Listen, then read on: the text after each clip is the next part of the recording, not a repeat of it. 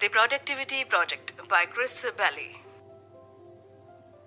बहुत से लोगों के साथ ये होता है कि वे ज्यादा से ज्यादा काम करते हैं, लेकिन फिर भी उन्हें कुछ खास नतीजे नहीं मिलते। कुछ लोग प्लानिंग तो करते हैं, लेकिन उस प्लान के हिसाब से काम नहीं कर पाते। जब वे अपने मनचाहे नतीजों को नहीं हासिल कर पाते, तो वो और ज्यादा काम करने लगते हैं, लेकिन इससे वे समय के साथ तनाव में आ जाते हैं और फिर से अपने काम को अच्छे से नहीं कर पाते। अगर आप भी उन लोगों में से एक हैं, तो ये किताब आपके लिए है। ये किताब हमें बताती है कि हम किस तरह से अपने समय और अपनी एनर्जी इस्तेमाल अच्छे से कर सकते हैं। ये किताब हमें अपने काम को अच्छे से मैनेज करना बताती है और साथ ही काम से संबंधित कुछ वहम भी दूर करती है। इसे पढ़कर आप सीखेंगे अपने काम में मन लगाने के लिए अपनी जिंदगी के मकसद के बारे में जानना क्यों जरूरी है, ज्यादा काम करना क्यों गलत है, किस तरह से आप अपने काम को मजेदार बना सकते हैं। पहला सबक, ज्यादा काम कर पाने के लिए अपनी एनर्जी और अपने समय को अच्छे से मैनेज करना सीखिए। ज्यादा काम करने का मतलब ये नहीं है कि एक दिन में 100 अलग अलग तरह के काम करना। ज्यादा काम करने का मतलब है एक ही काम को ज्यादा से ज्यादा करना। हाँ, आप एक दिन में 100 काम तो कर सकते हैं, लेकिन इस तरह के काम करके आप कभी कहीं नहीं पहुंचेंगे। अच्छे से काम कर पाने के लिए आपको एक साधु और एक स्टॉक ट्रेडर के बीच में रहकर काम करना होगा। एक स्टॉक ट्रेडर दिन भर इतना ज्यादा काम करता है कि वो खुद को एक बार के लिए रुककर अपनी जिंदगी की दिशा पर ध्यान देने का मौका ही नहीं देता। दूसरी तरफ एक साधु हर रोज ध्यान करके अपनी जिंदगी की दिशा पर इतना ज्यादा ध्यान देता है कि वो कुछ और कर ही नहीं पाता। अगर आपको कामयाब बनना है, तो आपको दोनों के बीच में रहकर काम करना होगा। अच्छे से काम करने का मतलब ये है कि ये देखना कि आप जो काम कर रहे हैं उसे कितने अच्छे से कर रहे हैं, और साथ ही इस बात पर भी ध्यान देना कि वो काम आपको कहाँ पर ले जा रहा है। इसके लिए आपको अपने समय और एनर्जी पर ध्यान देना होगा। आपके पास भले ही बहुत ज्यादा समय हो, लेकिन अगर आपके पास काम करने भर की ताकत नहीं होगी तो आप कहीं नहीं जाएंगे। ठीक उसी तरह भले ही आपके पास दुनिया भर की ताकत हो, अगर आप अपने समय को अच्छे से मैनेज नहीं कर पाएंगे तो भी आप कुछ नहीं कर पाएंगे। इसके साथ ही आपको अपने काम पर ध्यान लगाना भी सीखना होगा, क्योंकि अगर आपका ध्यान हर 15 मिनट में भटक जाता है तो आप कभी अपना काम अच्छे से नहीं कर पाएंगे। दूसरा सबक, अपने काम को लेकर प्रेरित रहने के लिए आपको अपनी जिंदगी का मकसद खोजना होगा। जरूरी नहीं है कि जिस काम को करके सभी लोग कामयाबी पा रहे हैं उसे अगर आप भी करेंगे तो आप भी कामयाब हो जाएंगे।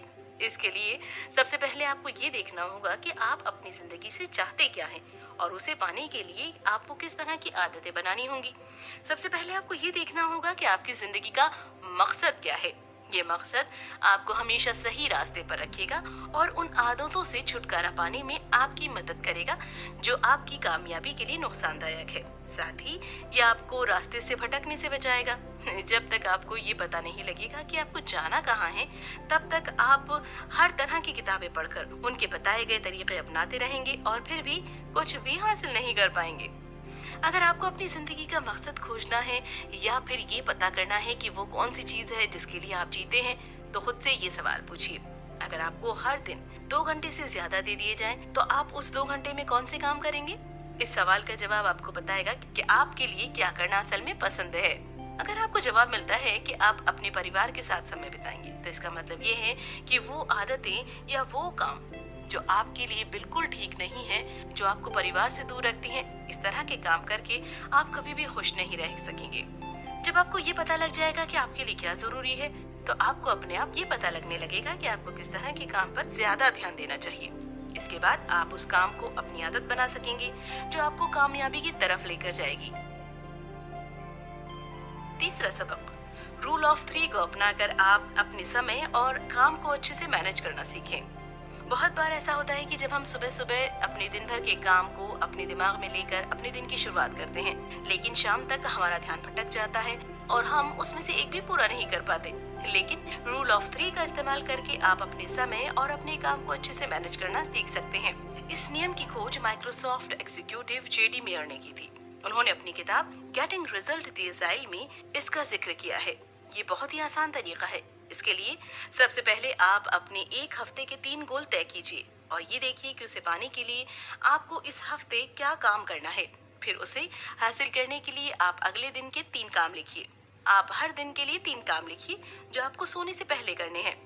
एग्जाम्पल के लिए, आपके इस हफ्ते के गोल हो सकते हैं अपने अकाउंट मैनेज करना, अपने प्रोजेक्ट का पहला हिस्सा पूरा करना, अपने परिवार के साथ हर दिन कुछ समय बिताना। इसके बाद आप अपने अकाउंट मैनेज करने के काम को 7 स्टेप्स में बांट दीजिए और फिर एक एक स्टेप को हर दिन करते जाइए। साथ ही अपने प्रोजेक्ट के पहले हिस्से को भी 7 हिस्सों में बांट दीजिए और फिर हर दिन एक एक को पूरा करते जाइए। इस तरह से आप हर दिन अपने सोने से पहले अपने उन 3 कामों को पूरा कर सकते हैं। तो आप अपने इस हफ्ते के गोल को भी पूरा कर सकते हैं और अगर आप इस हफ्ते का गोल पूरा कर सकते हैं तो आप अगले हफ्ते का गोल भी पूरा कर सकते हैं। इस तरह से आप अपनी सारी मंजिलों को हासिल कर पाएंगे।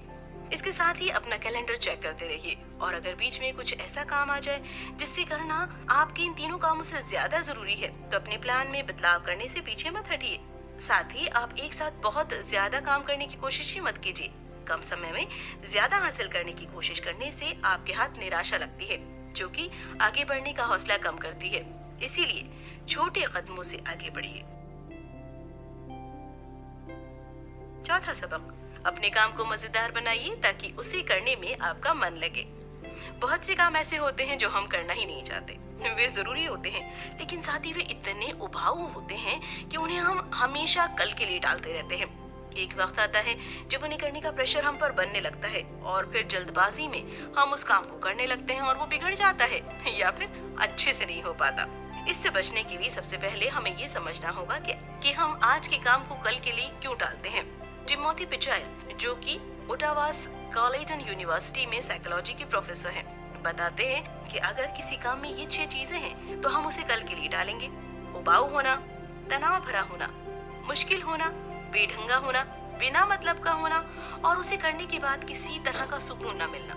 अगर हम किसी तरह से आपके उस काम में से इन 6 चीजों को निकाल दें तो आप उस काम को कल के लिए नहीं डालेंगे। इसके लिए आप खुद को उस काम को पूरा करने के लिए कुछ इनाम दे सकते हैं या फिर उस काम को किसी ऐसी जगह बैठकर कर सकते हैं जहां पर आपको अच्छा लगता हो। एग्जाम्पल के लिए, अगर आपको एक स्प्रेडशीट फाइल पर काम करना है तो आप अपने मनपसंद पार्क में जाकर एक कप कॉफी के साथ गाने सुनते हुए वो काम कर सकते हैं। साथ ही आप खुद के लिए एक इनाम रख सकते हैं, जैसे कि अगर आपने उस काम को दिए गए समय में पूरा कर लिया तो आप वो खरीद सकते हैं जो आप खरीदना चाहते हैं। पांचवा सबक, ज्यादा काम करने से ज्यादा नतीजे मिलेंगे जरूरी नहीं है। हम सिर्फ एक हद तक ही काम कर सकते हैं। हमारा शरीर भी एक मशीन है और जब इस मशीन से हद से ज्यादा काम कराया जाता है तो ये ज्यादा समय में कम काम करने लगती है। इसीलिए जरूरी ये है कि आप इस बात को अच्छे से समझें कि ज्यादा काम करने का मतलब ज्यादा नतीजे हासिल करना कभी नहीं होता। इस बात को साबित करने के लिए हम कुछ रिसर्च पर ध्यान देते हैं। 2012 में सारा रॉबिन्सन ने 150 साल के रिसर्च के डाटा को इकट्ठा करके ये जानने की कोशिश की थी क्या वाकई में ज्यादा काम करना अच्छा होता है। उन्होंने देखा जब हम हफ्ते में 60 घंटे से ज्यादा काम करने लगते हैं तो हमें एक दिए गए काम को करने में 2 गुना समय लगता है। मतलब अगर एक व्यक्ति एक हफ्ते में 30 घंटे काम करता है, मतलब एक व्यक्ति 70 घंटे, तो 70 घंटे काम करने वाला अगर एक काम को 2 घंटे में पूरा कर रहा है तो 30 घंटे काम करने वाला व्यक्ति उसे 1 घंटे में पूरा कर देगा। 2015 में बॉब सोलिवन में स्टैनफोर्ड यूनिवर्सिटी की एक स्टडी को दिखाते हुए बताया कि जब हम एक हफ्ते में 55 घंटे से ज्यादा काम करने लगते हैं तो हम कुछ खास काम नहीं कर पाते। यानी कि अगर आप 70 घंटे काम कर रहे हैं तो आप उस 15 घंटों में कुछ ज्यादा हासिल नहीं कर पाएंगे। लेखक ने खुद पर ये एक्सपेरिमेंट करके देखा। उन्होंने देखा कि जब वे हफ्ते में 90 घंटे काम करते हैं तो वे असल में कम काम कर पाते थे, लेकिन जब वे 20 घंटे काम करते थे तो वो उसके मुकाबले ज्यादा काम कर पाते थे। कुल मिलाकर अगर हम 35 से 40 घंटे काम करें तो हम ज्यादा से ज्यादा काम कर पाएंगे। इसीलिए एक हफ्ते में 50 घंटे से ज्यादा काम करने की कोशिश मत कीजिए। छठा सबक, अपने दिमाग में आने वाले काम को एक जगह पर लिख लीजिए। कभी कभी हम एक काम को करते रहते हैं और उसी बीच हमें एक दूसरा काम याद आ जाता है। बहुत से लोग अपने काम को छोड़कर दूसरे काम करने के लिए चले जाते हैं जो कि किसी भी तरह से ठीक नहीं है। इसके लिए आप अपना ध्यान एक काम से हटा लेते हैं और फिर उस काम पर अपना ध्यान लगा पाने के लिए आपको कड़ी मेहनत करनी पड़ती है। अगर आपके दिमाग में कोई काम आता है तो आप उसे लिख लीजिए। इस तरह से आप अपने दिमाग को एक चिंता से आजाद कर देते हैं।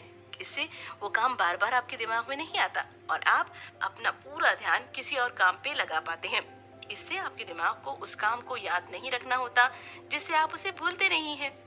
तो जब भी आप अपने दिन की शुरुआत करें, अपने साथ उन कामों को लिख कर रखिए जो आपको उस दिन करना है। साथ ही अगर आपको कुछ और काम याद आता है तो उसे भी लिख लीजिए।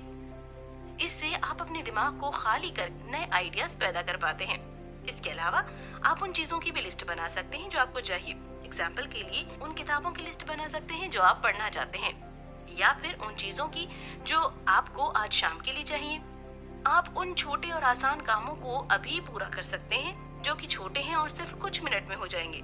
अगर आपको इस हफ्ते के अंदर कोई चीज चाहिए तो आप उसे ऑर्डर कर दीजिए, जो कि सिर्फ 2 मिनट का काम है। इससे आपको उसे लिखना नहीं होगा और साथ ही आपका एक काम भी कम हो जाएगा। कुल मिलाकर अपने समय और अपनी एनर्जी को अच्छे से मैनेज करके ही आप अपने काम को अच्छे से मैनेज कर सकते हैं। अगर आज के काम को कल के लिए टालना आपकी आदत है तो आप अपने काम को कुछ मजेदार बनाने की कोशिश कीजिए।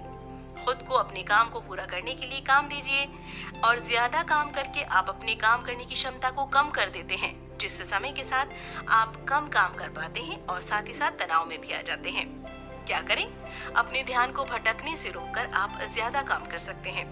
जब आप अपने एक काम में अपना पूरा ध्यान लगा चुके होते हैं, तभी आपके पास एक मैसेज का नोटिफिकेशन आ जाता है, तो आपका ध्यान अपने काम से भटक जाता है। उस ध्यान को फिर से वापस पाने में आपका कुछ समय बर्बाद हो जाता है।